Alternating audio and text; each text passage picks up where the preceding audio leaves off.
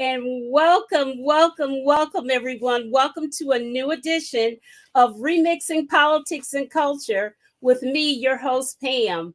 I am a public relations and marketing professional with a passion for social justice, voter advocacy, and culture.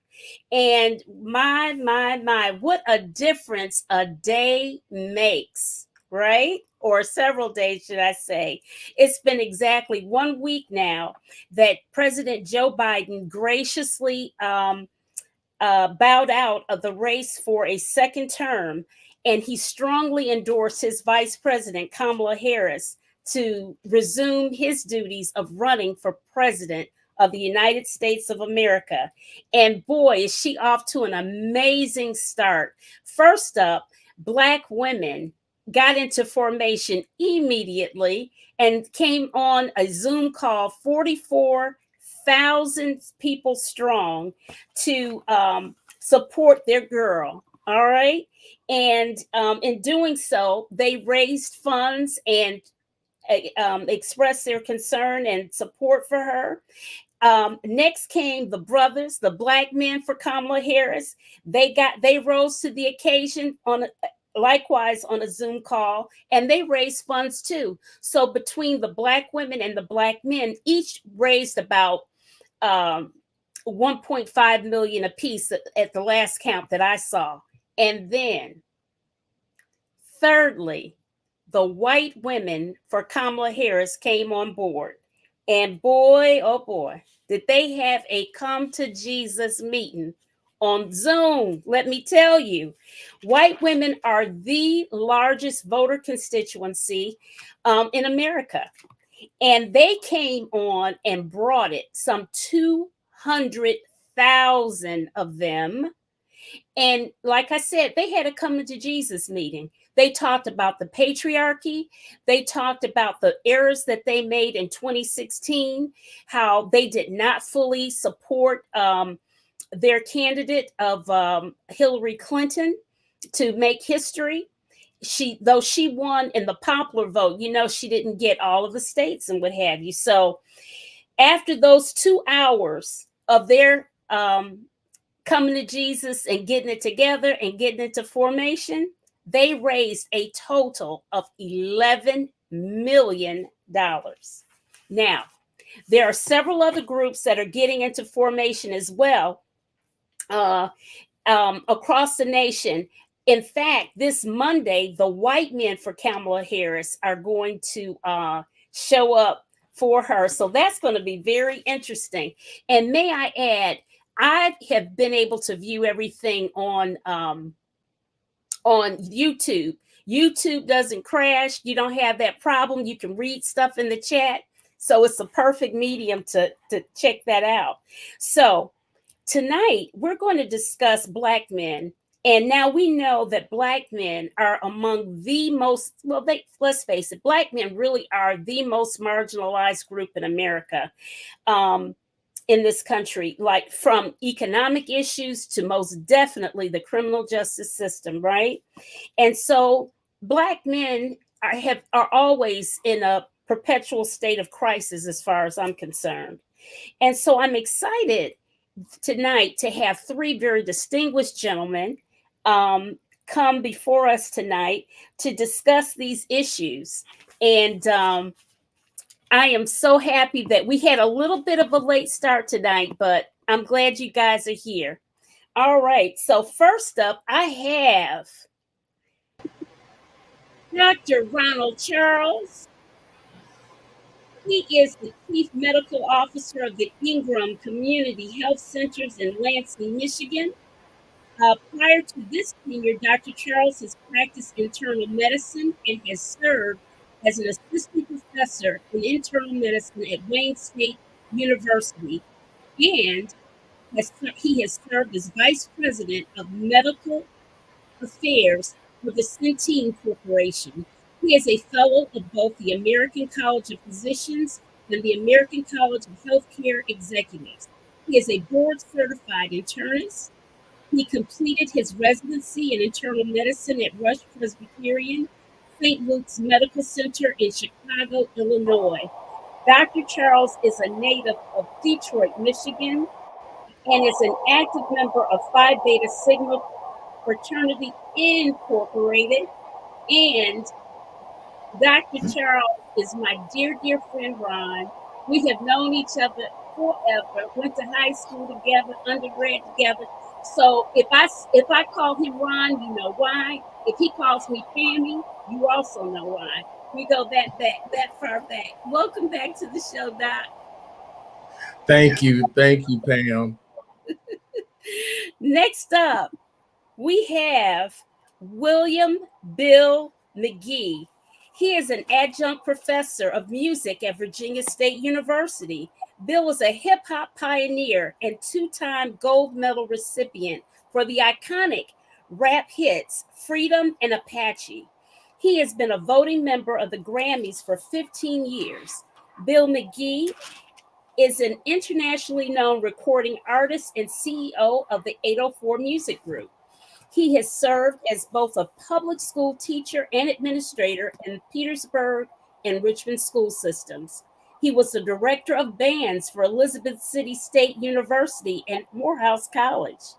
He has recorded with the likes of the OJs, Patti LaBelle, the Sugar Hill Gang, Angie Stone, and among many other luminaries.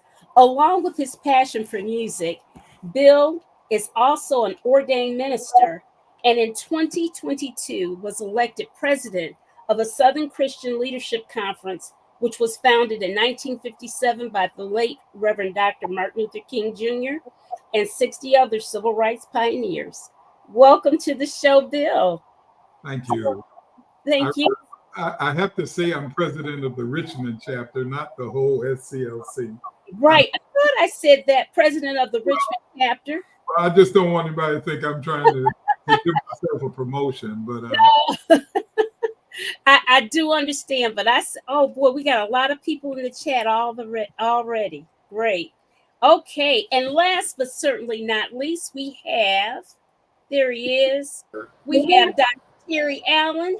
Terry has over 30 years experience in public relations, marketing, and sales. He currently serves as Vice President, Marketing and DEI at the Focus Communications and historical award-winning Black-owned boutique PR Comms Consultancy. Terry oversees the strategic direction, execution, and growth of the agency's diverse clients that include local, regional, and national clients across a variety of industries. Terry is also the founder, volunteer managing director of City Men Cook, a culinary celebration of men, women, and community that has raised funds and awareness for charities in North Dallas community for over 23 years. Terry is also the chair of the National Association of Black Media Related Task Force from Dallas, Texas. Welcome back to the show, Terry. Welcome back, Terry. You ain't saying hi. You ain't saying anything. Uh-oh. Terry, can you hear me? Uh-oh. Terry. Terry. Can you hear me, Terry? Hey, how's everybody? Good.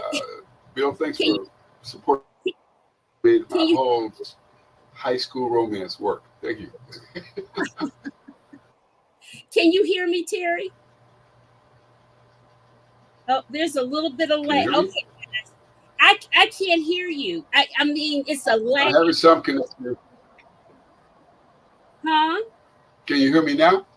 I can hear you now, but can you hear me? Can you hear me now? I'm sorry. Yes.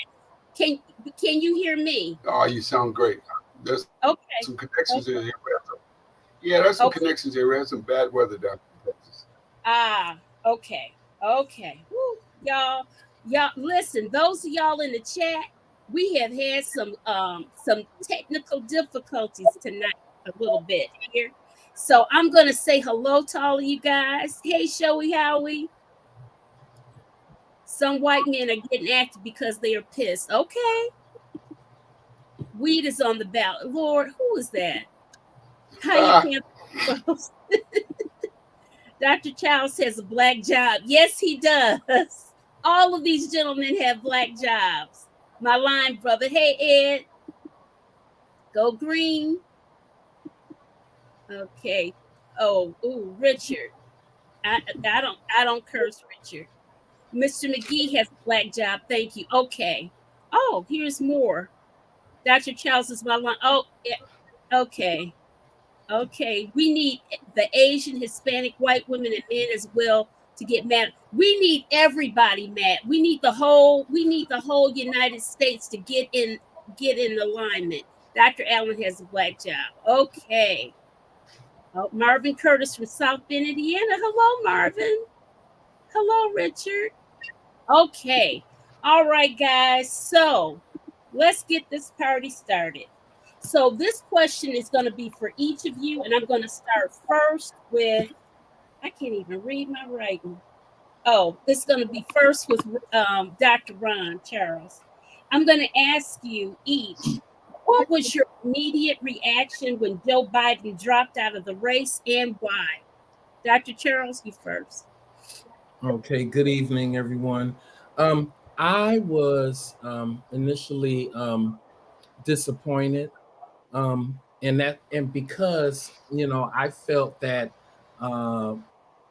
he was kind of pushed out the race due to the media and their portrayal of him and how they characterized him, and the double standard that the media did, really played in regards to how Biden was being viewed compared to that other person who I try to keep his name out of my mouth. So I felt that was a major factor, because it just kept things going. It just kept that narrative going that he was frail, that he wasn't able to handle the duties, when clearly for the past 3.5 years up to this point, he's been handling the duties well. The other factor, I think, was how the Democrats responded after the debate.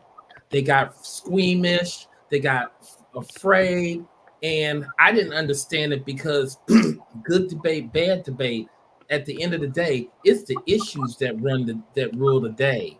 And I felt that, and I feel that the Democrats have the issues on their side in terms of Project 2025, the abortion issue, voting rights, etc., healthcare.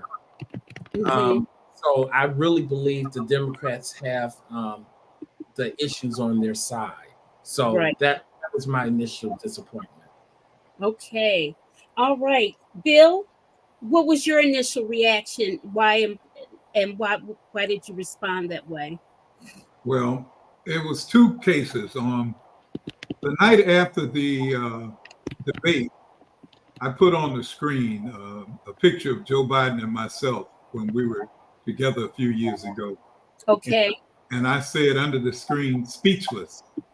All right. And then the night that he the afternoon that he made the announcement, I put the same thing on the screen. I put speechless up there, because like Dr. Ron said, he was forced out, and I felt it was unfair to Joe for a couple of reasons. All of us on the screen, with the exception of you, Pam, are getting up in our years, and all of us realize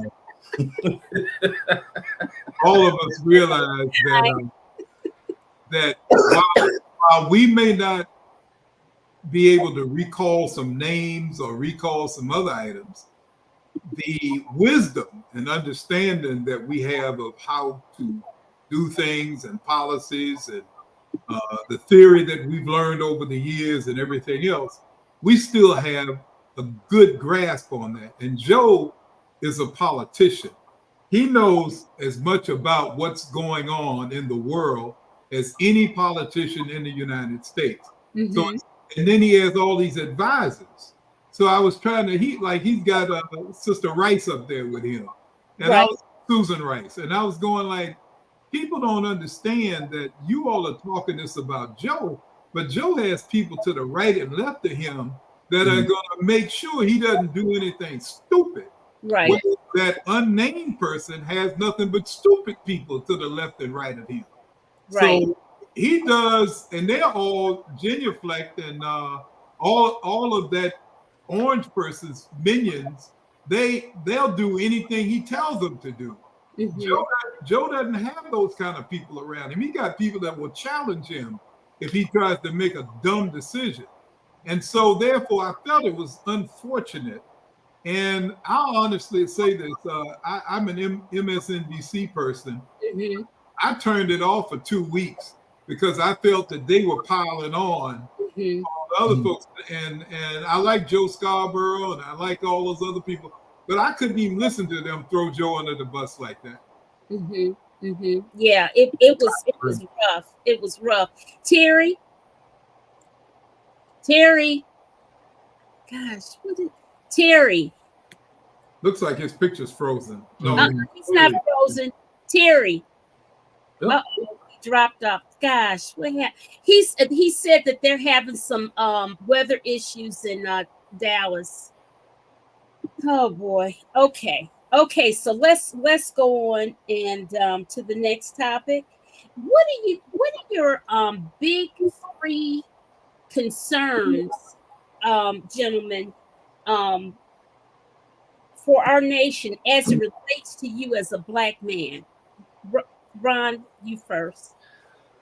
Well, mine is going to be as it relates to a Black man and a healthcare professional. Mm-hmm. Because I don't just think about myself, I think about others. I always kind of think about the bigger picture. Project 2025 really gives me great pause because there's several healthcare items in there that if that person who will remain nameless gets in the office, that women and men are going to have issues because while, for example, this total ban on abortion will directly affect women because it will directly remove their ability to have the control over their body that is their God-given right. Mm-hmm. If all abortions are banned, no matter under any circumstances, which is what this total ban is talking about, that means to save the life of the mother, the life of the baby, the life of the mother, anything like that, somebody's going to, that means that there's the possibility that somebody could die. Mm-hmm. And if somebody dies, that changes. For example, if the mother dies and they have children already, that's going to completely change the dynamics of that family. Right. And that's going to cause that father to now have to raise and be the mother and father for those children, all because his wife couldn't get a surgical procedure to save her life. Right. If that baby dies, that's going to be an issue. I'm thinking about the ban on all contraceptives, because again, that's an issue that affects both men and women. Yeah. Social Security, raising the retirement age of Social Security. Well, that's going to affect everybody potentially, because now you want us to work longer and keep us from what's due us because we've been paying into the system for a number of years. Right. That affects me as a Black man and as a person who is still working, but knows that retirement is in the horizon. Right. I think that if Project 2025 gets initiated, even more than what it already has, you're going to be talking about police being able to do whatever. I mean, basically being able to treat people any kind of way with immunity, without any type of repercussions. Right. So those are some of my concerns. Right. Terry, now we have you back. Can you talk? You hear me? All right. All right. Terry. All right. Hey, yeah. All right. Yeah, I can hear you. Good. So tell me you didn't get to answer the question about what was your reaction to Biden stepping down and why, and what have you. So go ahead.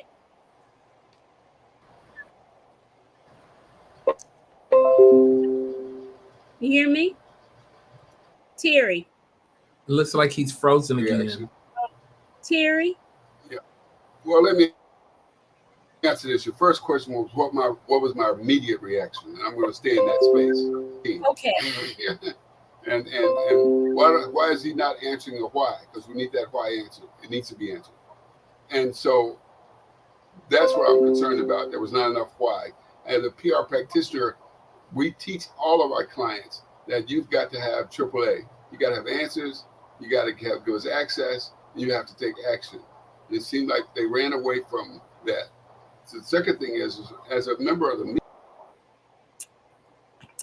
Oh goodness, we got it's this. What they need to see, they were not taking. Keep going. Can you hear me now? Yeah, keep going. Okay, and so they were not seeking the truth. It seems like opinion journalism gotten so deep that they would come with their own opinions. I don't have an answer, so I create something. Yeah. And there was so much else going on that could have been focused on. The criminology of the other candidate, a lot of things. So my immediate reaction is, why would you walk away from not having an answer? And also, I think people lost their memory. President Biden has always had a stumble for 50 years. Yeah, but and the last thing I want to say, Pam, is the last thing I want to say is who's on his PR team? The history and the success that Biden's presidency has done in this country, and no one's talking about it. So someone said there's a sister on the team. Well, I question that. I mean, there's so much great stuff coming out of this administration in terms of healthcare, right. Jobs, criminality. There's so much. Let's look back. So my question was, I'm not concerned about Biden not messing up on camera and not talking about it.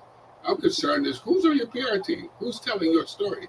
Who's your advocate? And you want me to discuss Project 25? Dan? Huh? No, the next thing. Is that the second part of the discussion, Project 25? No, the second part of the other question was, what are your big three concerns for our nation as it relates to you as a Black man? Go ahead and get it while we got you up. Go ahead and answer that. Well, girlfriend, that's a whole show by myself. Anyway, my biggest concern is we have to think about terms. Look, the Black vote has helped the Democrats for 22 years. Without the Black vote, none of them would have won. And so my biggest concern is that we don't see ourselves as a voting bloc. we are, and I'm not saying that we need to be a voting bloc to put in our office, but we have the power to choose who wins by just our vote taking it over the top.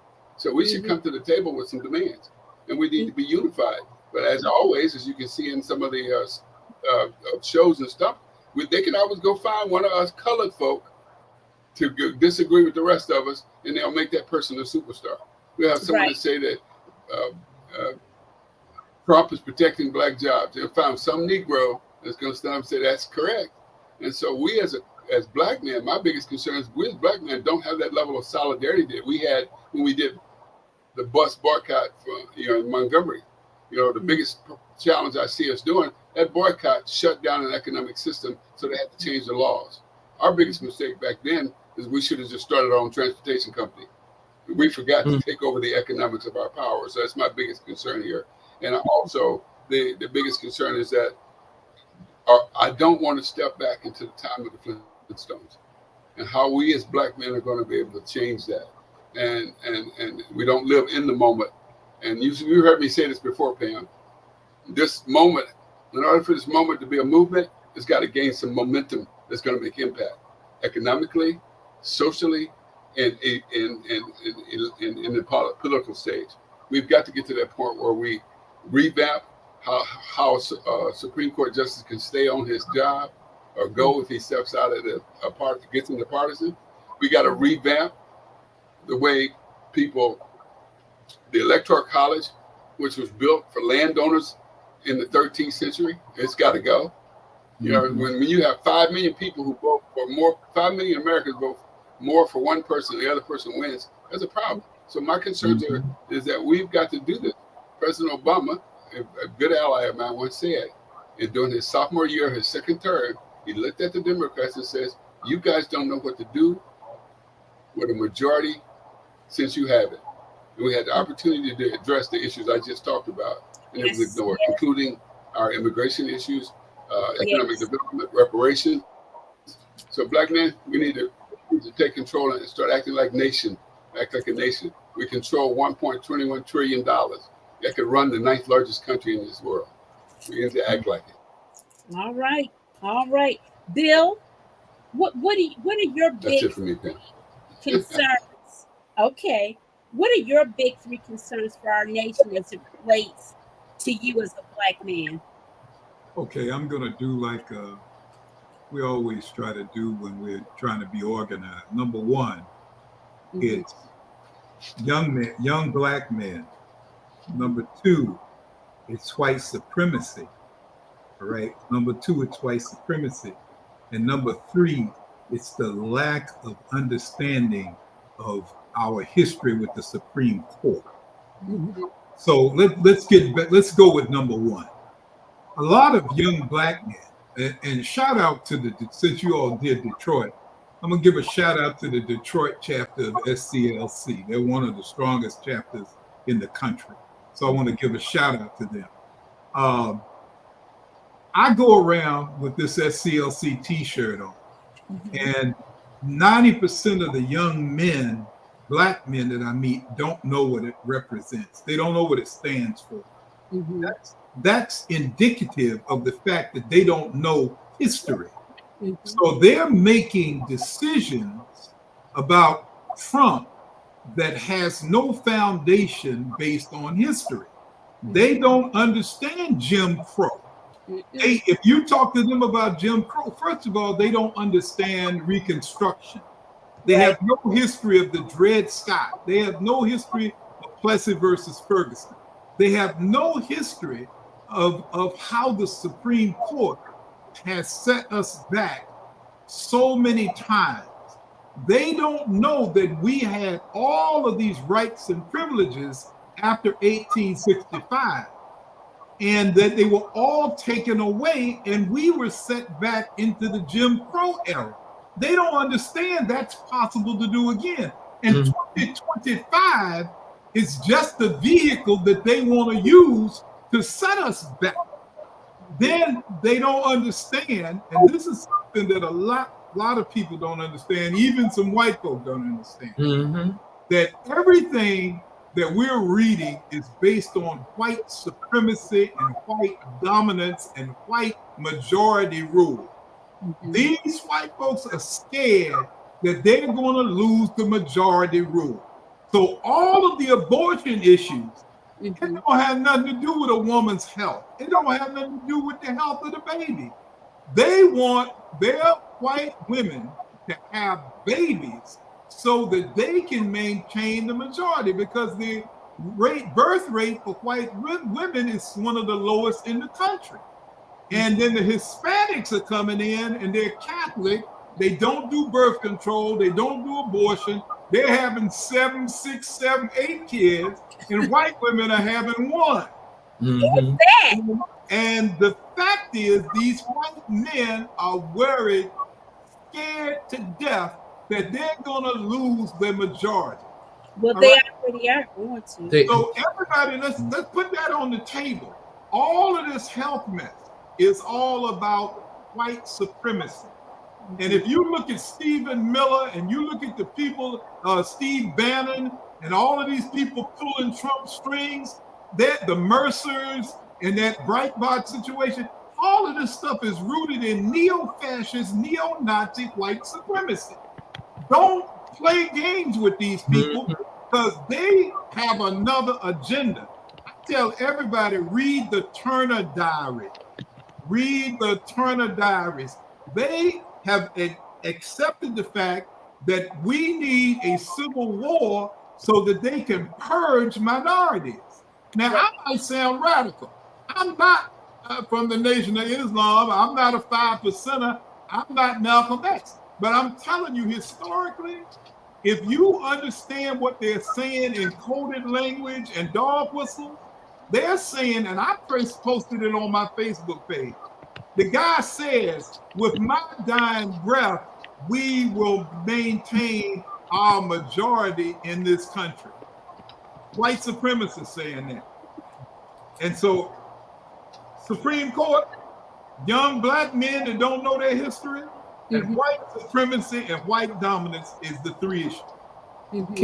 Can I dovetail on that? Sure. What Bill just stated. I believe I believe wholeheartedly everything he said, but it's even more diabolical than that. Hard to beat. I hear you.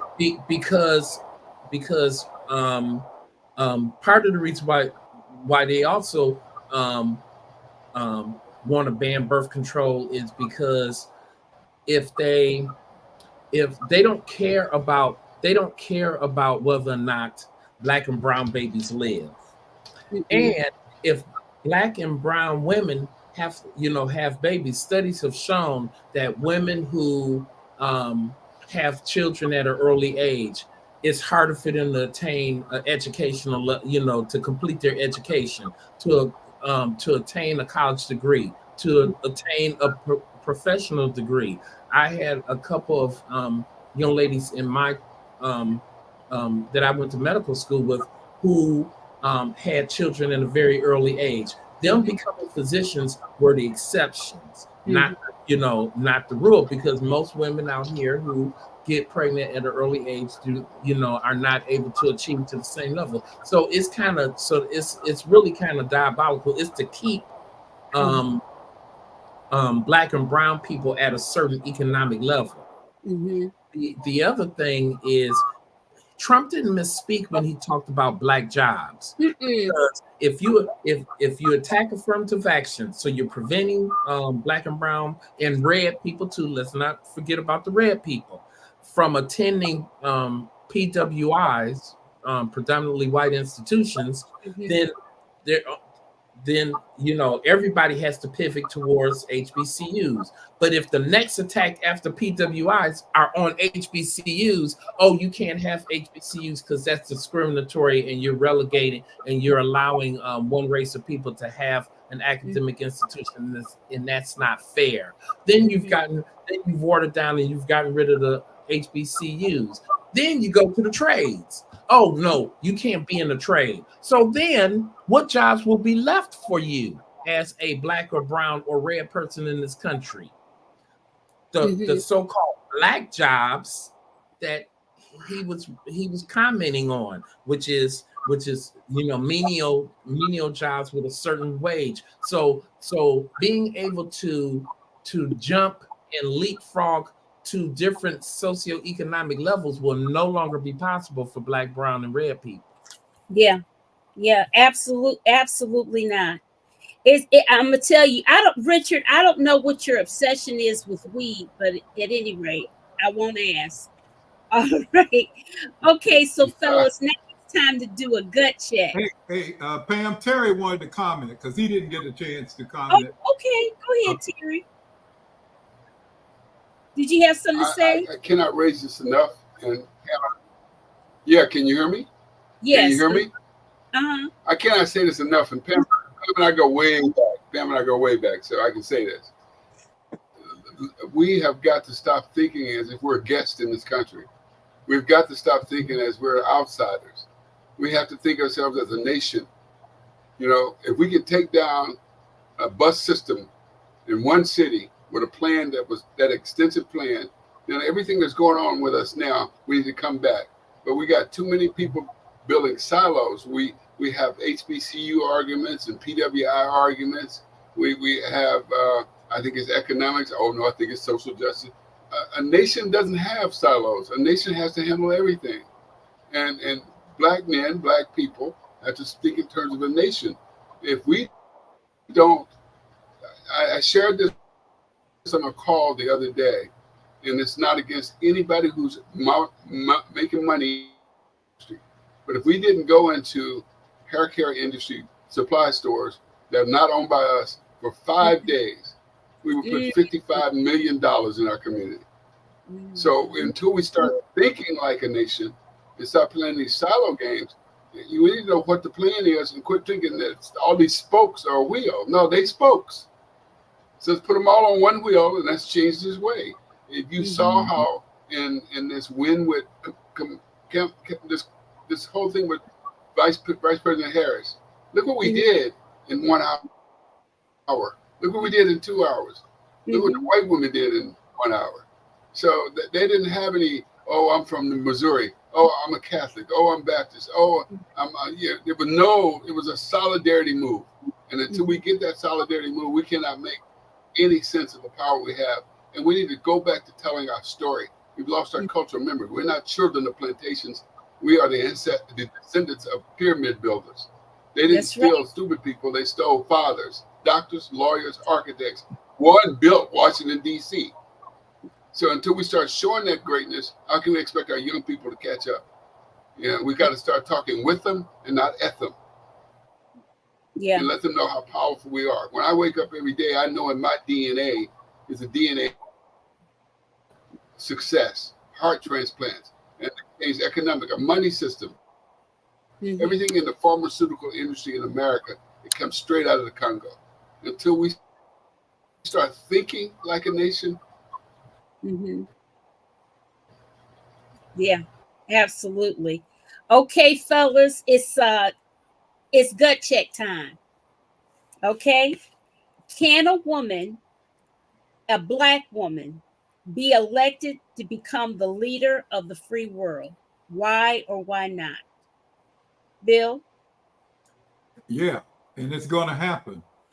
I got a good vibe, a good feel. At first, I was not necessarily, but I'll be honest with you, I wasn't always in Barack Obama's corner initially because I really didn't know him that well, and I didn't think the country was ready. But what I found out is that, first of all, when the man spoke, he put a lot of people at ease as far as his ability to understand complex issues. So when I started looking into Kamala's background, and I started realizing that you don't, number one, first of all, she graduated from Thurgood Marshall School. So I give her credit for that, because those people out of Howard University, especially I know the men, but especially the women, when you start looking at Letitia James and all of those strong lawyer, attorney women that come out of school that Thurgood Marshall made famous. Okay, so let's put it this way. She has the credentials. She's an attorney. She was a practicing attorney before she became a DA. Then she became the Attorney General for the largest state in the United States, and she took on all the issues. Now, let me say this again, because I'm talking to young Black folk, if any of them are listening. Some of our people deserve to be put in jail. They're talking about the fact that she locked some folk up. I know people that are shooting family members, friends, selling drugs. Remember, I came out of education and I worked in the inner city all my education. I never had a privileged job. I worked in some of the roughest schools. I've taken guns, loaded guns from students. I've been there when a student was shot dead, and I was the first person that reached him. So I worked in inner city schools. Everybody knows the real deal. If you went to Cass Tech or you went to some of them others, that's what I'm talking about. Donald Byrd and all my other friends, Kevin Toney, and all of them from Detroit. I love Detroit. So, but the point is, we have to understand this woman has the credentials and the ability. She has learned a lot about being a statesman. I told everybody when she became a senator, she was an attorney. But her years in the Senate and then her years as vice president has turned her not only has not helped her as a great attorney, but it's helped her become a statesman. She knows how the world works. She knows who to talk to. And if she puts the right team of people, a lot of people don't understand the president, Barack Obama, was successful because he had some of the most educated people of all races with him on his team. And he was open enough to say, I want to hear your opinion. I don't want you to agree with me. And that's, if she puts that kind of team together of people from all races, creeds, cultures, and everything else, and ask them, be honest with me. Tell me what you think. Don't try to suck up to me like those people do for that orange dictator. You know, the lady's gonna win. I'm feeling that in my bones right now. This is 2008 plus this year. We're gonna celebrate in January. All right. Then we're gonna put on our flak jackets because them fools are gonna go off. Ron, what say you? Is it? Do you think that she can do it? Do you think that it's time? It's going to happen? Oh, absolutely. I mean, when you look at what has occurred over the past week and all the organizing that has taken place, she definitely can win. She also has, to Bill's point, the vice presidency gave her that statehood, that state person push. So she is now a statesperson. But she always had the ability, she always had the intellectual ability because of the fact that she is a college graduate, she is a graduate of a professional school. And what do they do? They teach you how to college teaches you critical thinking skills, and professional school takes it to the next level. Grad school takes it to the next level. So I truly believe she has all the tools in her toolbox to be able to do the job. And to Bill's point, the key is, who do you surround yourself with? Remember, Biden told her he wanted her to be the last person in that room. That's right. And he wanted to make sure that that she told him the truth. And I think from that, she's gonna expect and want the same from her staff. Hey, before Terry jumps in, let me just say this.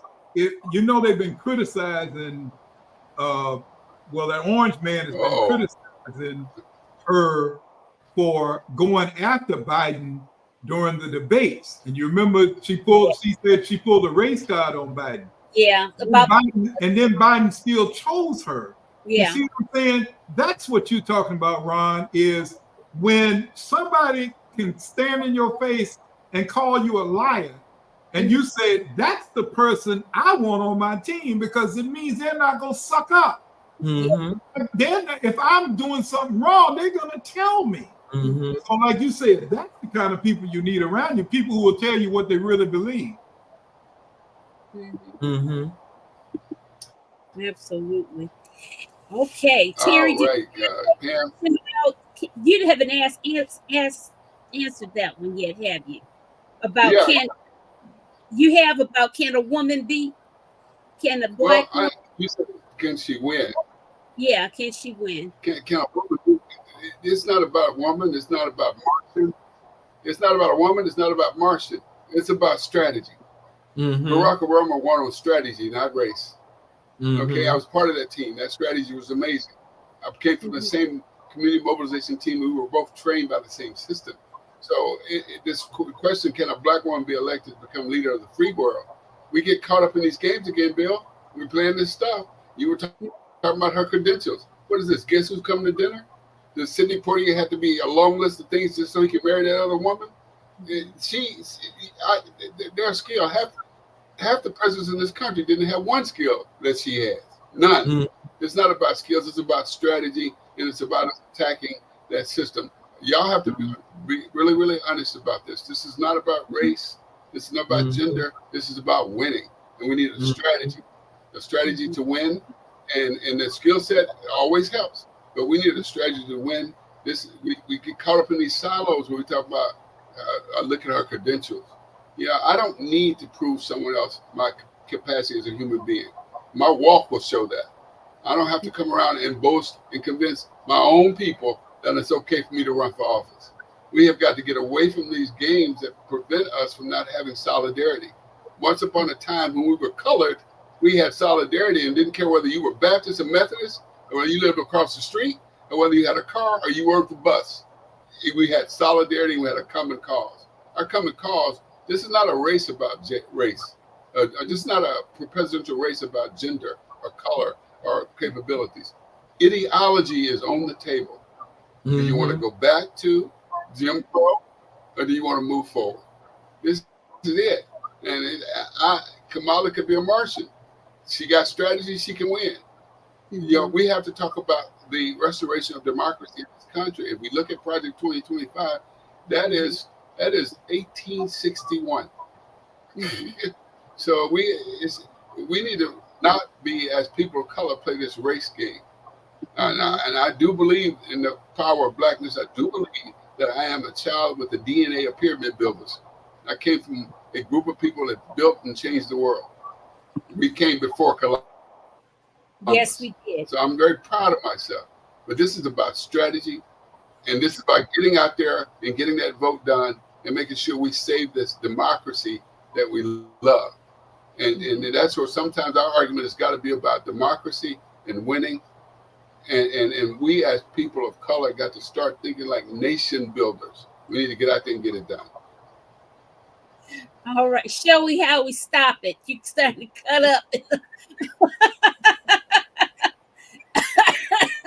Pins fly here on it. She cuts up every show.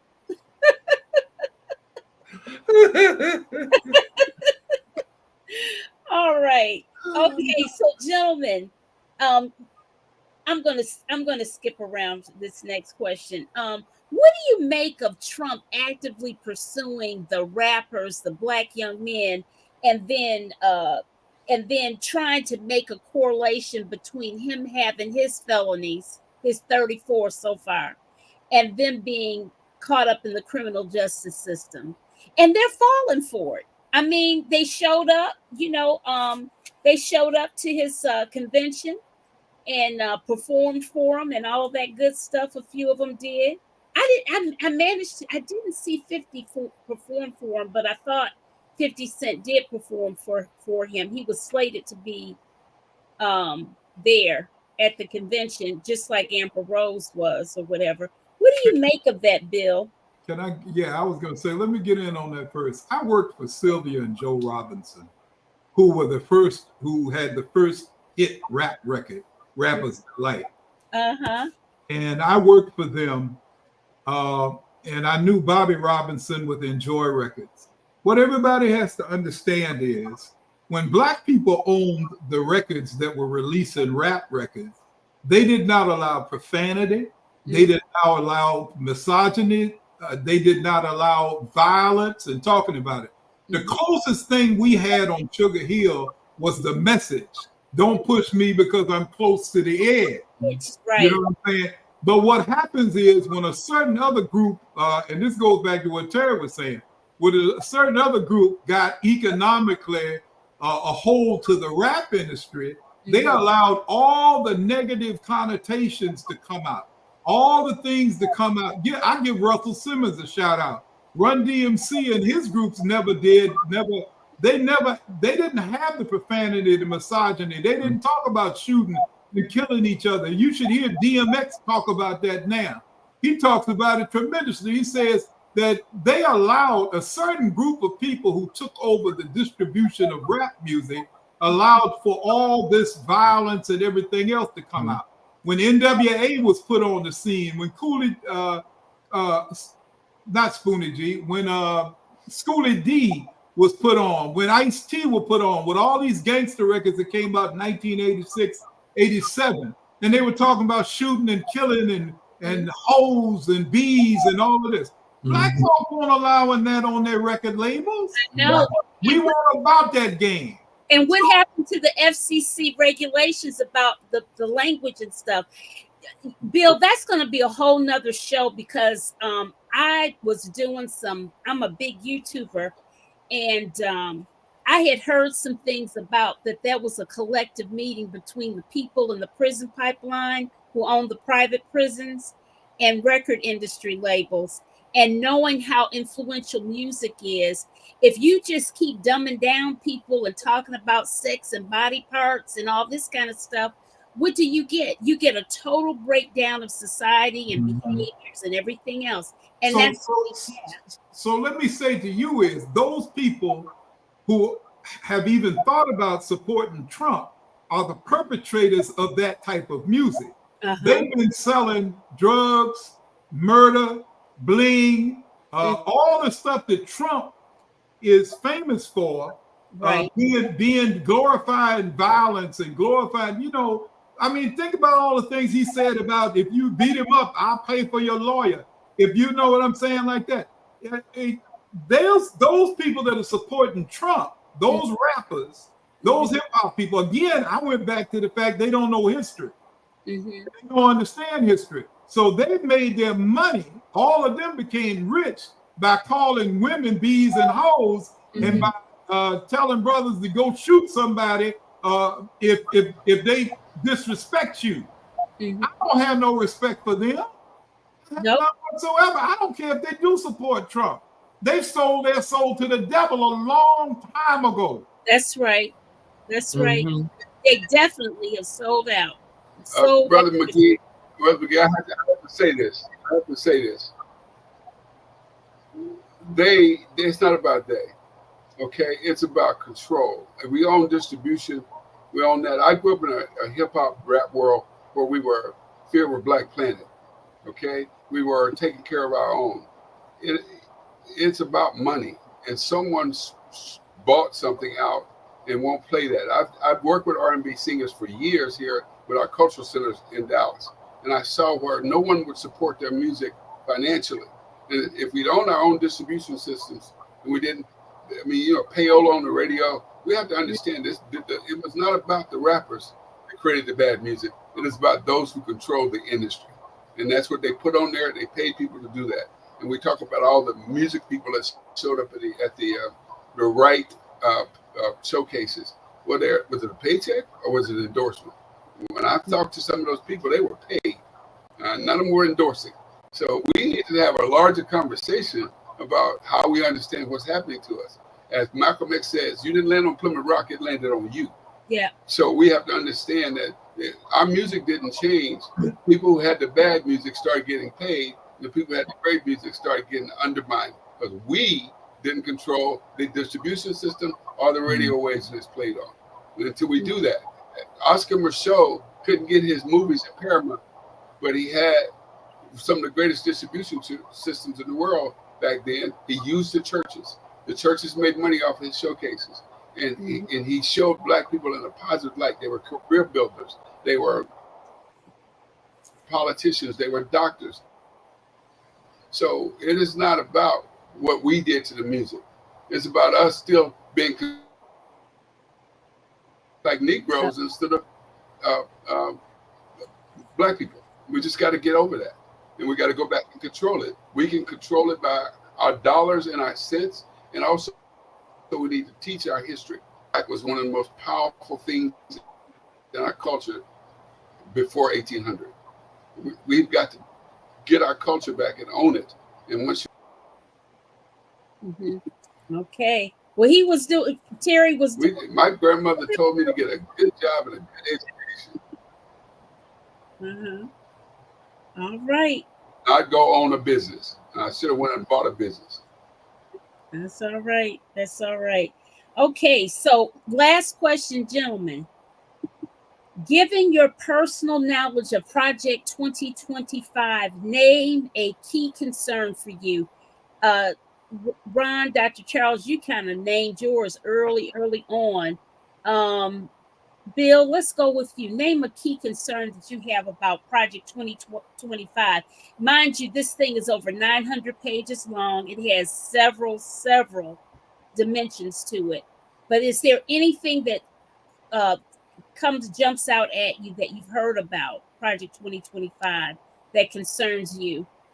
Well, first of all, I heard a young person say today, or he wrote today, that Social Security won't be around when they're old anyhow, so they don't care. I thought the same thing 40 years ago. but a long time before I got past 65, and I'm quite a bit past 65 at this point. Uh-huh. So, in fact, I'm past 70. So I thought Social Security wasn't going to be around either. Excuse me. And so the other side to that thing, though, is also what they're doing with the Department of Education. That whole thing about doing away with the Department of Education has been around since Ronald Reagan. Everybody knows that this mandate for leadership is what Project 2025 is all built on. Why do they want to get rid of the Department of Education? Because then the states can decide where they spend their money and how they spend their money. And we'll be right back to separate but unequal, which is what I grew up in and what some of you all in Detroit had to grow up in too. Because you had historically Black high schools that were given less in all things. When I grew up, I grew up in Atlanta, Georgia. I went to the same high school that Martin Luther King went to, that Gladys Knight went to, Lena Horne went to, Nipsey Russell went to, Dr. Lewis Sullivan. So we're almost as bad as famous as Cass Tech. But matter of fact, Booker T. Washington High School, we used to get used textbooks from the white school across the way. Yeah. But guess what? We still had national merit scholars. We still had students that got perfect scores on the SAT. We did more with less. Right. And if they go back and they are able to shut down the Department of Education, we'll be back in the same situation again. Right. But we have to do more with less. We have buildings that are falling down, but we always had great teachers. That's the piece. Now the question is, what's happening with teachers and education in the education prep schools? Right. Because the school that I went to, Virginia State University, I went to Morris Brown first. Okay. But all I did at Morris Brown was play in the band. I had to come to Virginia State to get a diploma.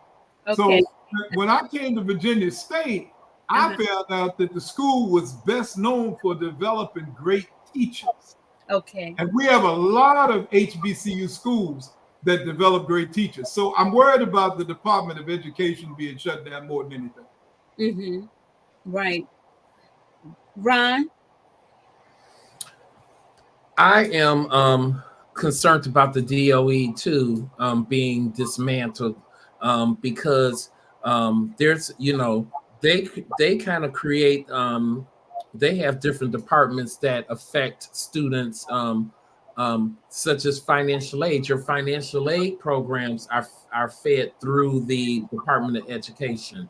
The Department of Education, while it doesn't create strict standards because that's done at the state level, it does set the context for certain areas of education, which was the whole premise of Brown versus the Board of Education, fair and equal for everybody. Right. So that's one of my concerns. The dismantling of the FDA and the EPA. Those are two additional concerns that I have, because if you dismantle the Food and Drug Administration, then food manufacturers can do whatever to your food. There's doing whatever to the food. I know, there's no longer any standards, but at least with the FDA on hand, you don't have to worry. I mean, if you don't have to worry about things that shouldn't be in your food being in your food from a sanitary point of view. Right. And but those chemicals, those dyes and things, so much of our food that we have here in the U.S., it's not even accepted in Europe. Salt and sugar amounts in our food. Salt and sugar that is causing hypertension in the Black community. You own it. Hey, but you know what? You said EPA, and understand this. They don't believe in climate change. They don't believe there's nothing wrong. With 115 degree temperatures outside, they think everything's normal. With flooding all over the country, they think everything's normal. So they want to get rid of the EPA too, because hey, we need to make more, we need to pump more gasoline. Because the people that are in power presently care more about helping their friends in finances and money than they do about the future of their own children and grandchildren. So, but I think about the saying, what good is if the man gaineth the world and loses his soul? And a lot of these people have lost their souls. Absolutely right. Yeah. Absolutely. Terry, what's your big rock item with I'm gonna go back to my big mama. I write about my big mama. She taught me a lot, and she had a 6th grade education. So I'm gonna throw some things at you. The devil is in the details, and we don't talk enough details. We play the same emotional fear game everybody else is playing. Okay, Project 2025. It wants to dismantle all the social safety we have built. Medicare, Social Security, public assistance when we lose our jobs. Project 2025 wants to eliminate protections for people of color, other marginalized groups and entities, including LGBTQ. This project wants to eliminate overtime protection. And it wants to allow this discrimination issue. So let's get back to the details so people know what they're not. Project 2025 sounds powerful. Even we've allowed ourselves to let some of the opposing people call themselves right. The word right means you're correct, but we let them use that as a title while we go left. Which left-handers are odd. So we've let them control this issue, and we need to take this narrative back. This is not about y'all talked about people with skills. Let me go back to my own faith. All right. God does not call the qualified. He qualifies the call. And so we need to get up, vote, not just down. We need to vote down ballot as well as up. That's right. The entire ballot. Tend to vote when there's a presidential race and we tend not to do nothing when there ain't. Right. All right. You can change somebody's position in a school board. Okay, 125 votes can change it. 2,000 votes can change a city council person. So we need to know that we don't need to be qualified. We will be qualified when we show up and vote. We will be the one in charge. So Project 2025 is, people want to talk about how bad it is. They doing just what I would do. That's a white male covenant system to protect me because I'm outnumbered. There you go. All right. That's all it is. So I'm going here to put in some covenants that's going to protect me because I'm outnumbered. And people talk about, well, people of color are taking over population. People of color have been 90% of the population since day one. So you got to quit playing these games that we're playing. Go out there. Don't just go to the polls by yourself. Take 5 people with you and challenge them to take 5. If you do that successfully, you would have made 1,501 votes in 48 minutes. So give me 5, give me votes, and keep the details up front. Project 2025 is not a project. It's killer 2025. Let's kill society based on what we're about to do. Hey, Pam, are we running out of time? Go ahead, Bill. There's 2 words that I really want everybody out there to think about, and I want all of us to think about. Okay. Those 2 words are Clarence Thomas. Oh, Lord. Did we have to bring him up? Yes, we did, because we need to find some way to send that raccoon person, well, Clarence Thomas has to go, people. All skin folk ain't kin folk. That's right. Clarence Thomas has got to go. Everybody out there, black folk, everybody else, pink folk, green folk, red folk, we need to do whatever we got to do to get that dude off the Supreme Court. Right. Well, you have to always remember that there's a whole lot of broken people out here, broken people of color, and you have some people that have a lot of self-hatred. Yes, and if you look at him and look at his life, he has a lot of self-hatred. A lot of those people it's unfortunate, but a lot of those black men on the right who are in political office today, like Byron Michaels, the gentleman that's running for for governor in North Carolina.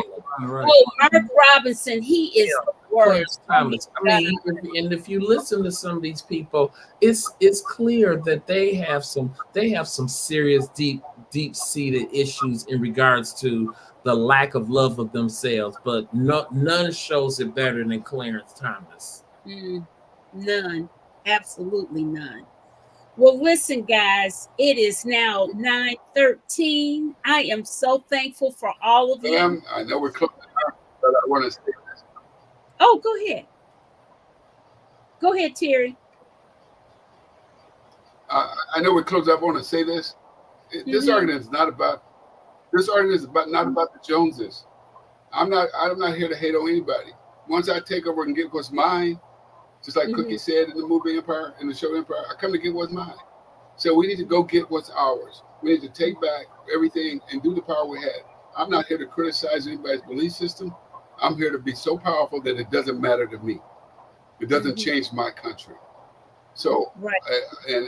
It's good to hear the old stories. It's good to hear what I've been through, but I want to show you what I'm going to get and what I'm going through.